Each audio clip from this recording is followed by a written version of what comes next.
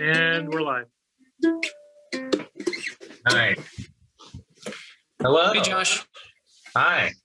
Is that your studio? Yeah.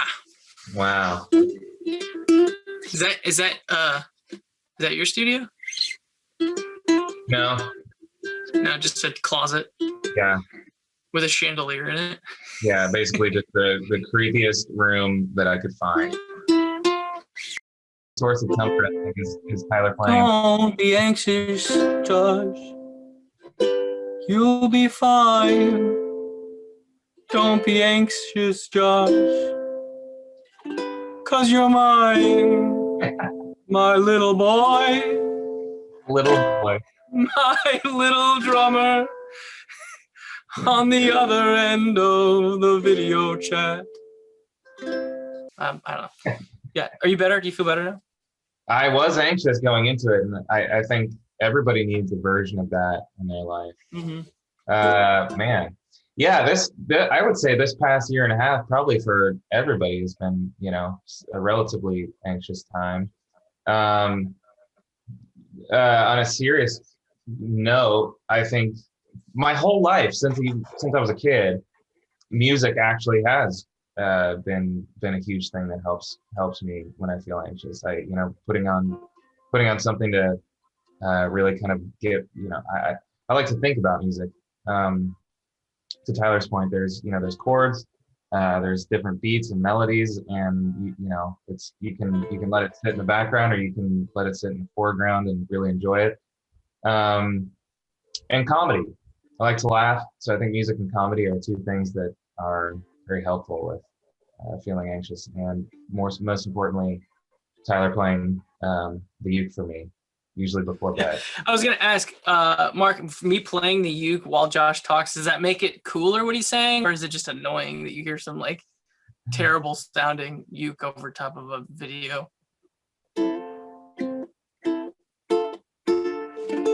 All right. This one says, Tyler, are you teaching Josh to play the piano? How is he? Yeah, I've been giving Josh piano lessons for about 9 years now, and haven't seen that much improvement. Honestly, it feels like it's like trying to hold water in a strainer. It's kind of one ear out the other, and but you know what? I enjoy our 51st dates approach to me teaching him how to play an instrument, because we get to, we're constantly in that honeymoon phase. I've gotten absolutely nowhere, but my my love for it has not gone anywhere. It's still at an all-time high. All right, next. Which new songs are you excited the most to play live? Well, yeah, I mean, I guess both. That might really all of them. This album is amazing. It's full of hits and It's hits and bops. But definitely those. Shy Away will be really fun to play live. Saturday would be fun to play live. The Outside. I don't know, man. All of them, I think. Choke. Yeah. Mulberry Street. All right. What do you think? Here's another question for us. What do you think the first live show is going to be like for you when concerts finally come back? I think that we'll probably be a little out of show shape. We call it show shape because it really doesn't matter how much exercise or what type of shape you are in physically. There's a specific type of shape that you should be in to do a show. Has a lot to do with breathing, has a lot to do with management of energy. And so yeah, I think that when we finally get back to playing real shows, that'll be that'll be kind of the thing that I'm like, hey, can Josh still do the backflip? I don't know. Do you think you'll be good on that? Really have no idea. We're gonna find out. You don't know if you'll be good at the backflip? Well, you know what's interesting? I just kind of finding myself bored over the past year. Tried to do a standing backflip, which I've landed a few times, but obviously that's a different technique than doing a backflip off of the piano. So I've more recently done a standing backflip than a backflip off of the piano, which requires more of a tuck, more of a kind of quick turnaround. And so I'm gonna have to go back to the piano and do it once or twice before our next performance. Yeah, you're gonna do it for the live stream, right? Yeah, I'm gonna do it. The rehearsal space we're in right now is the ceiling is a little short compared to where we're going to be playing for the live stream, and so he can't really practice the backflip right now. So when you see him do it on the live stream, that's the first time he's backflipped in over a year. So that'll be exciting. I was wondering, do you think that if I were to learn how to do a backflip off the piano, if we were to both do one at the same time, is that like, would people be like, oh, that's cute? Or would they be like, cute? Well, that's, you know what I mean? Like, I feel like it could go either way.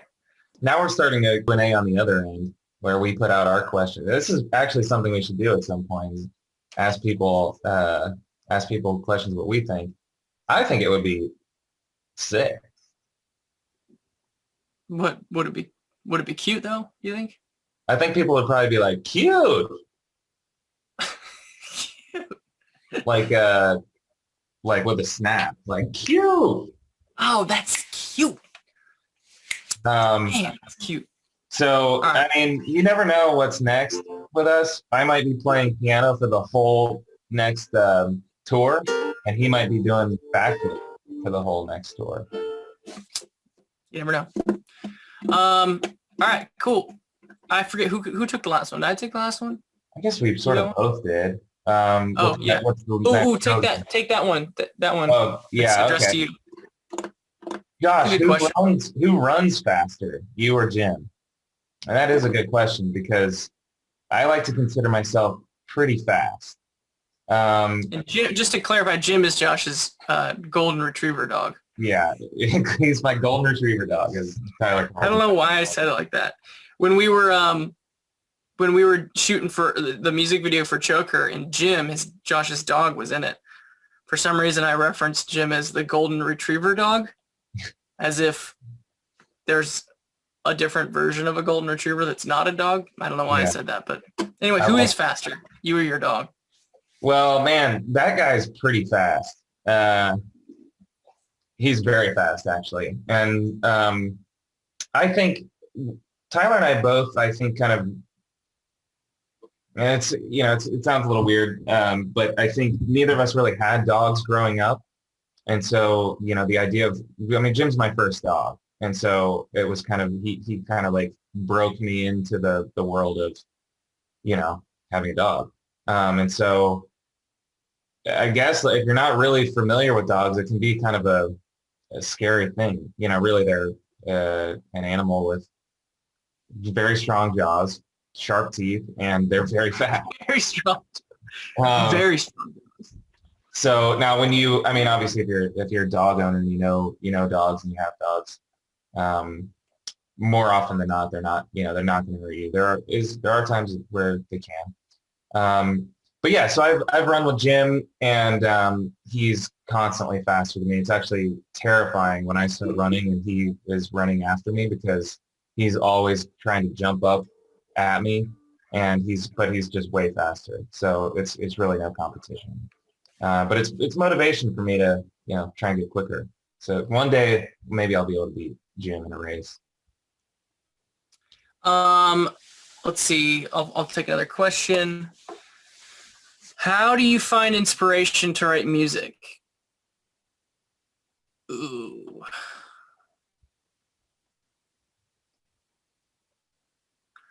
I just, I don't know. I don't know how to answer that question. How do you find it? Sometimes it happens and sometimes you have to search for it. I've told the story a few times now, but the song on the new record called Saturday, I actually had a dream. I actually had a dream about that song. I was at a festival and I was not playing the festival though. I was in the crowd and I was in the middle of this large crowd in a field, and the band up on stage counted in 1, 2, 3, 4 and went right into this song. And I woke up out of my slumber and grabbed my phone and recorded it on my phone real quick so I wouldn't forget it. So every once in a while, you don't have to search for inspiration. It just kind of like hits you. But most of the time you still have to wrestle it to the ground and all that. So yeah, it's different each time. All right, you're up. Just. All right. One question is, how did you guys meet? That's an interesting question. It's a good story. Yeah. So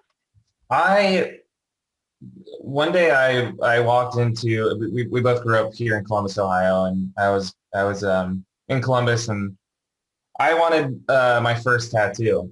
And so I walked into a tattoo shop, and Tyler was the first person I saw in there. He was working. I found out later that he was it was his first day, and he was like, and he had basically just learned how to tattoo, but had a lot of confidence. And, I felt like this is probably going to be the guy who's going to be my first tattoo. And I had a really cool idea, and for my, on my leg. And so I told him the idea, and he sketched something up, and when you get a tattoo, it's you kind of draw it out, and it's and it's like kind of it's a reference to work off of, and a lot of times they'll place it on the area where you're going to get tattooed, and then they'll pull off the sheet, and it kind of leaves a little area where you're gonna the tattoo artist draws. And the idea, it was pretty complex. I thought. Well, tell them that when you first came in. First off, I don't know if I told you this, but I was hired that day. That day. So this was your first. Yeah, like I knew you knew that I was new, but not that new. It was that day. And when you showed me that tattoo that you wanted me to draw, I knew that we kind of sketched it out on that paper and then scanned it, and then we put it on your skin and kind of like moistened it so that it would stick on there. And then I was like, there you go, man. And you were like, wait, aren't you supposed to like use a needle and stuff? And I'd forgotten that that's what I thought. You just needed to put the paper on there, and that was a tattoo. Come to find out, I was just giving people temporary tattoos. Oh, yeah. And so what happened, like when you came in the next day, right? Yeah. So the next day I was like, hey, the tattoo turned out great. It was really awesome. I love it. I took a shower that night and it was gone. I mean, it was halfway gone. There was still, gone. There was a little bit of it, but barely. It just poofed. Yeah. It poofed away, like a cheese poof. And so he was like, I figured it out. I figured out what I did wrong. And I don't think you even really explained to me what you did wrong. So I still didn't know. I was just like, okay, something weird happened, because I don't think this is supposed to happen. So anyway, we go and he redoes the stencil. This time uses a needle. And I was like, this one hurts way more than the one you gave yesterday. But now you're like, stop. Do the other one again. Yeah. So I just gave you a temporary tattoo, and but the final product ended up looking like this. It's hard to. That's what he did. Can I just say, I don't know why. So when I did the T, dude, I keep it up there. I want people to hear this. When I did the T, I was like, I don't know if I I don't know if I went like hard enough. And so I went over it again. And that's why the T is like so much Bold. thicker at the top than everything else. Dude, that's the worst tattoo I've ever seen. I'm so sorry. Hey man, I'm proud of it. I like it, and it's how we met, you know? Yeah. Wow. Okay, let's move on. This one says, what can we expect for the live experience? Will it be the most incredible concert? Yes. So May 21st, the album Scaled and Icy is coming out. And along with that is a live stream experience thing, concert. My mom was just asking me, she's like, what is this? How do I even watch it? You know, where do I go? And I explained, if you go to our website, it'll point you to live.twentyonepilots.com. And you do have to buy a ticket. I don't know. Buying a ticket to a live stream concert is kind of a weird thing to do, but it's $20. We wanted to make it, you know, not really expensive. I think I saw a lot of live stream concerts out there for more expensive than that. And so we wanted to keep it a cheap ticket, and, you know, you can buy just one ticket and then have, you know, your whole family watch it. So not everyone has to buy a ticket. You just have to buy one ticket, and you get a code with that ticket. I think it's emailed to you. And then that code, you put it into our website when the stream goes live, and then it puts you into the beginning kind of like waiting room before we go. And yeah, that's what I understand how it works. I think it's going to be cool. It's gonna define this album cycle for us. I think that for me, I will be thinking about this live stream whenever I think of Scaled and Icy, because it's just so kind of married, the two of them. So I'm excited for it. Anyway, yeah. And Josh, you're up. All right. Yeah, this one says, Josh, what was your favorite part about recording and producing your own drums for this album?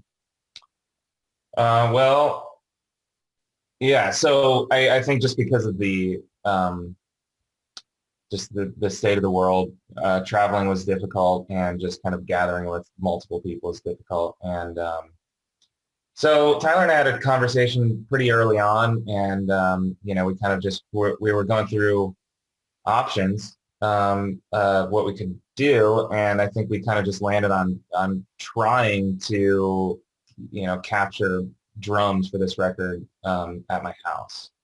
And so yeah, I mean, I find that process really fun, and I think that there were a few things that I liked about doing that way. And I guess I've said it a couple times, but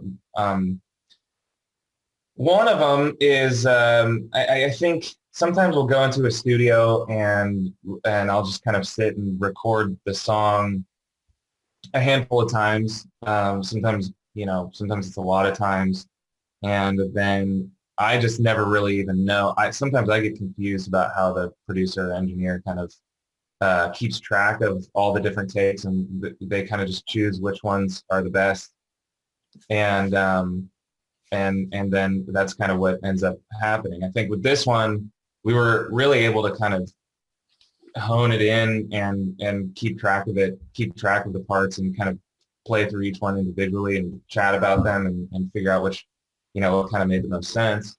And I think we both, you know, Tyler and I would have you know, we'd have Zoom sessions and do some like real-time kind of recording, and some of them I would record on my own, and we'd go through some options, and it was just cool. I think we were able to get a little bit more in depth with it in a way. And I also think that I was just able to work on these songs in sort of my own timing, and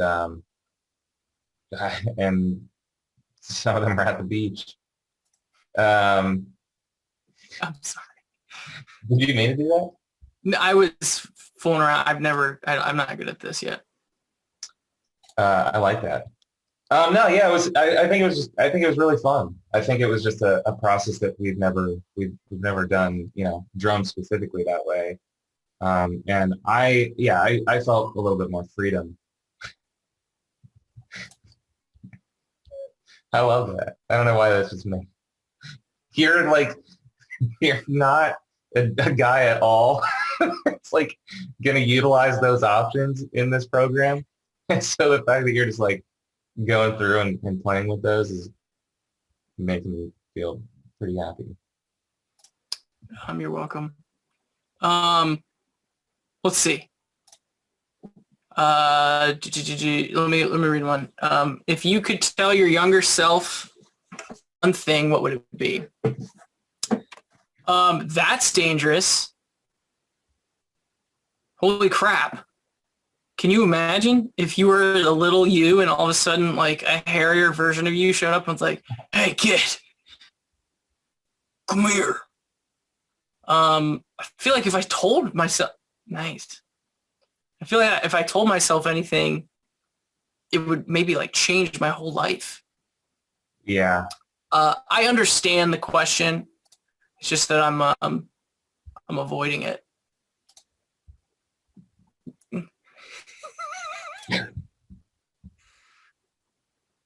What is this? It's, yeah, I agree with what you say. I don't, yeah, I mean, I don't know if I would want to go back and alter the past, because then that's altering the future, you know? I like where things are at right now for me and for us, and I just don't feel like I would. That's amazing.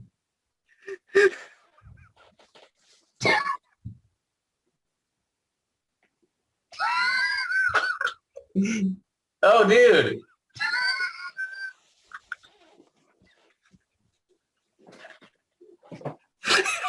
Stop. Stop. You look like a rat. I'm crying. It doesn't show. It doesn't show.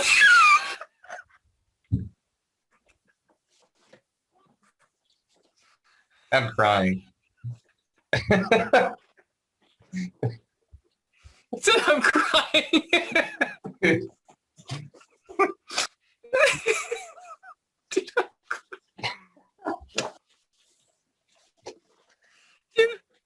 Yeah, we got more questions. Oh my gosh. All right, I gotta get out of this. I can't do this. Oh, man. I mean, there's like tears. Like how many years has those filters been around, and yet every time I see them, Yeah. it's like it doesn't matter. It doesn't matter. It's gonna do that. That's so funny.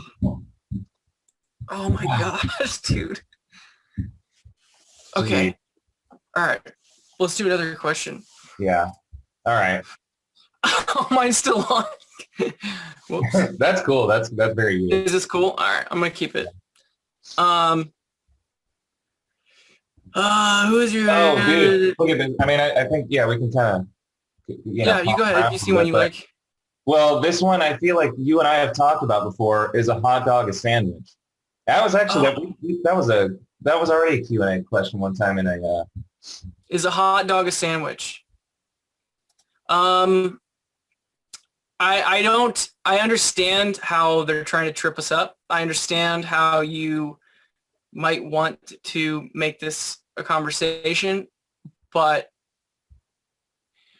if you just cut through the crap, it's not. I'm sorry. Yeah. It's just not. Like if you go like, I'm gonna get a sandwich, and you come back with a hot dog, I would say, I thought you were getting a sandwich. You'd be like, I did. Yeah. No one would do that, I don't think. Yeah. So, yeah, that's a good one.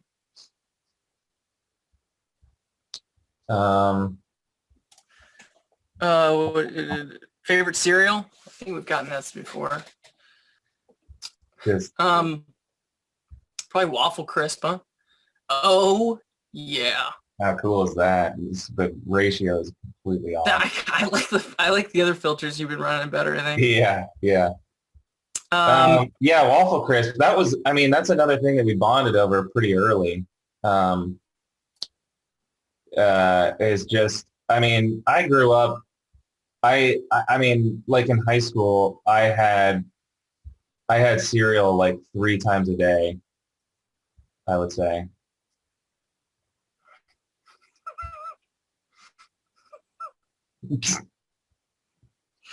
Turn to the side.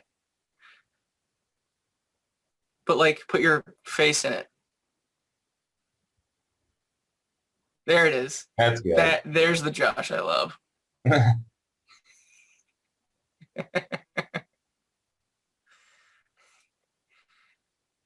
I mean, stills from this will live forever. I mean, they I can like do that. that. I like that. You like this? I like the mask. Yeah. All right. Was the Choker music video filmed at Will Smith's toy store? You can't blink like that, dude. It's gonna make me laugh. Don't blink. All right.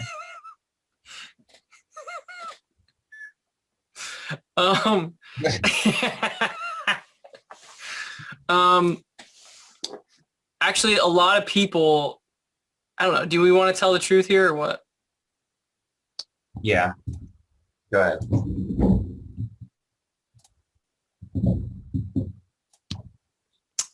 Yeah, people in one of our old videos, behind the scenes videos for, I think, House of Gold, when we were shooting the music video for House of Gold, yeah, the camera went up to Josh, was like, hey, Josh, tell us about where we are. And he just pointed at the house and said, we're at Will Smith's house. And he just made that up. It's not true at all. But for like our Wikipedia page for a really long time said like 21 Pilots shot their House of Gold music video at Will Smith's house. Did it really? Yeah. I don't know. Yeah, someone sent me that. And they were like, dude, really? I was like, no. So this question was the Joker was Joker shot at Will Smith's house or at Will Smith's toy shop? Yes, it was. No. Yes, it was. Sorry. Yes, it was. What? Dude, we nailed it. Oh, yeah. Dude, I can't do that. Can you do that? I can't see you. All right. I'm just gonna stick it. Dude, you said I'm just gonna like, you're like about to turn it all off and be serious, and you went from an orange to an alien. And you went from an orange to an alien as you were like talking seriously, like, all right, let's be serious here. All right, I've had enough of this.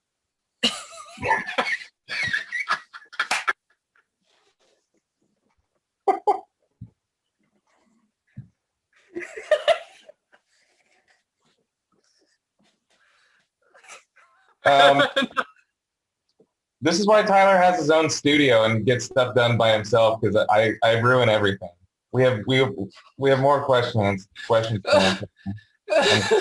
Kermit the Frog right now. Oh man, that is so good. Oh crap. Okay.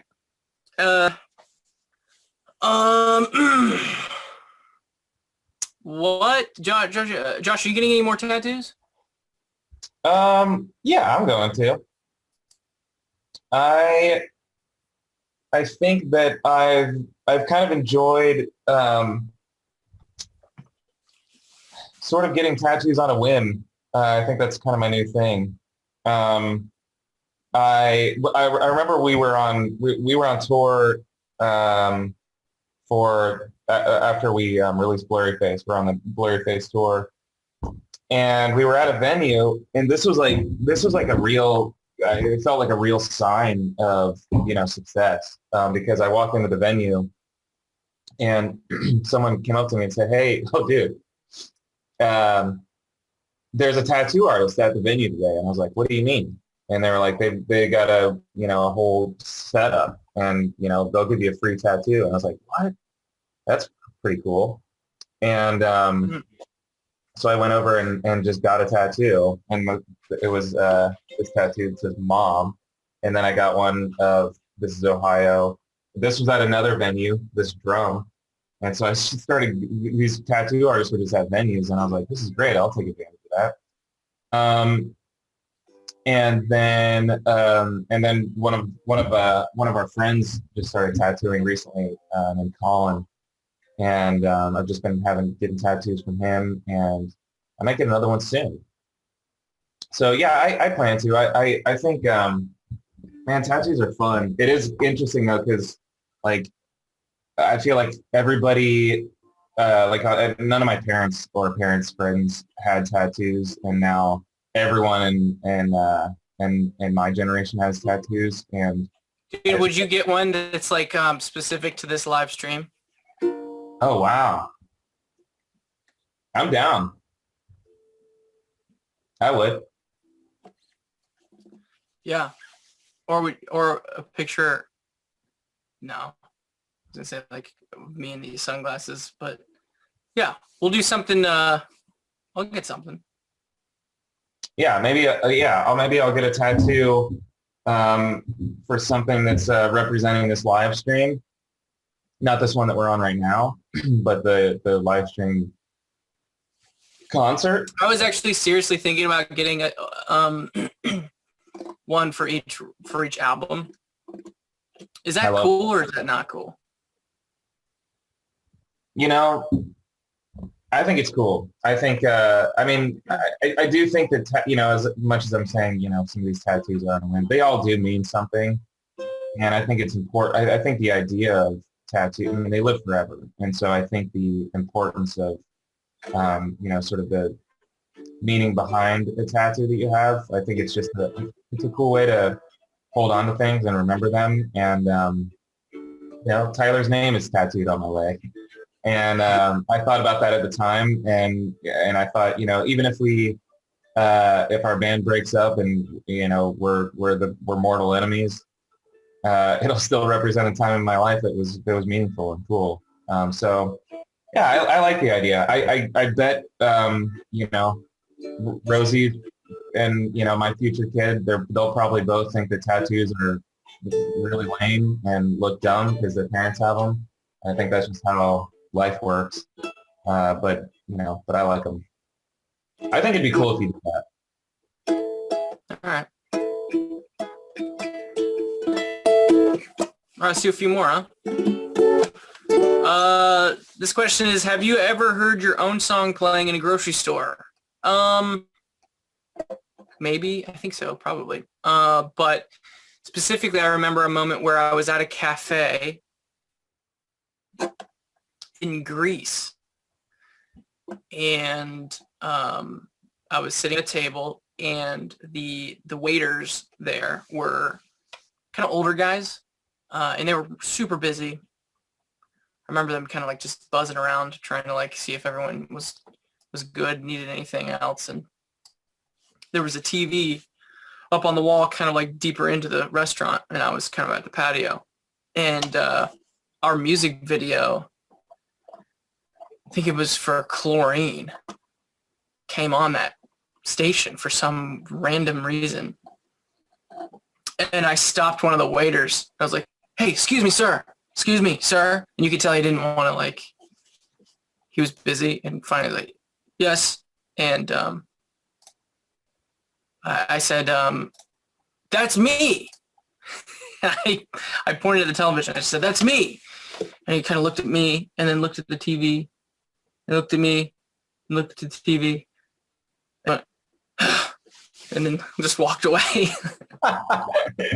That's it. Dude. Like, I knew he wouldn't care, which is why I've never done anything like that before.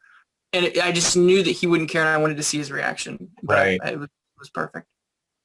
I feel like I probably, no matter what, would probably, I feel like I would look at you and then look at that and at the very least be like, that's pretty cool. At the very least. I think it's great that he was like, oh, it's annoyed if anything. That's pretty great. Hey, which song is this?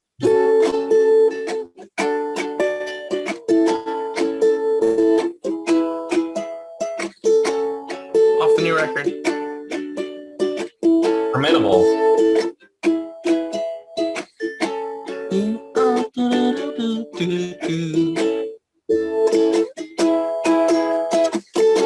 Yeah, yeah, yeah.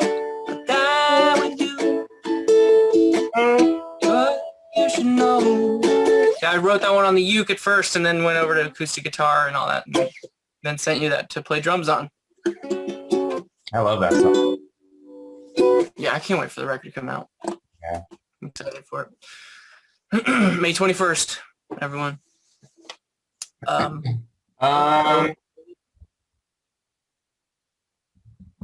right, one more question. I think this is nice. What is your favorite memory from Tour de Columbus? Tour de Columbus was, for anyone who doesn't know, the very last shows of our that kind of wrapped up our album cycle for Blurry Face. We did a thing called Tour de Columbus, which is our hometown, where we played, I think it was 5 different venues, starting Basement, Newport, Alchemy, Shot. Oh, it was 5, but it was the. Oh, was it the 2 different arenas? Yeah. Wow. So, Yep. We played 5 different venues in Columbus, starting from really small to really big. And when we played, there's a venue called the Newport, and I think when we played that show, the time before it was really one of the most important shows, I think, of our career. That really we sold it out before even being signed or having any sort of being on any radar of anybody in the professional industry. And we had no idea that show was going to sell out either until that day. And I think that was that first Newport show is one of the best shows of my life, best memories, and so going back and playing it again, what's the point of that? Share? Stop focusing on me. Okay, yeah. Can you finish this last story of this last question with a filter for me? Yeah, let me get one. Let me find a good one though. One that you're really gonna like. Don't you do it. Don't you do it. All right, this is for you.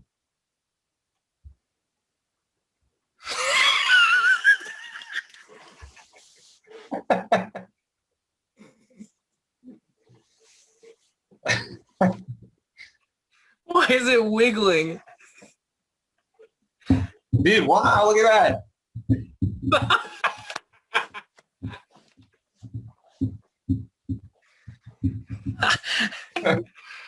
Anyway, guys, thanks for coming to our live Q&A. It ended up, really productive. Yeah. May 21st, we have a live stream. You have to buy a ticket. It's $20. Whatever. Pack as many people in, well, don't pack many people. That's obviously not safe. But you can buy one ticket for a household or whatever. It's $20. And yeah, we worked really hard on the stream, spent a ton of money on it. But we do think that it's going to be something special, something that you've never seen before, and something that it's like so close to being normal. Yeah, it's just slightly off. Anyway, that's it.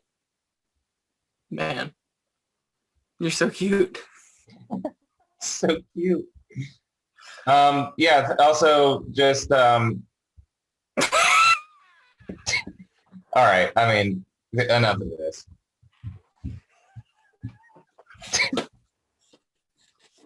Thank you guys so much for your support.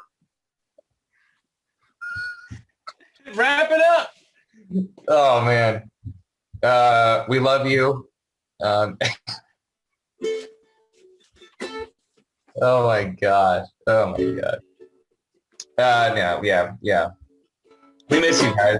We're excited for this event and excited to see you guys. And stay safe. And we'll see you soon. You are formidable to me.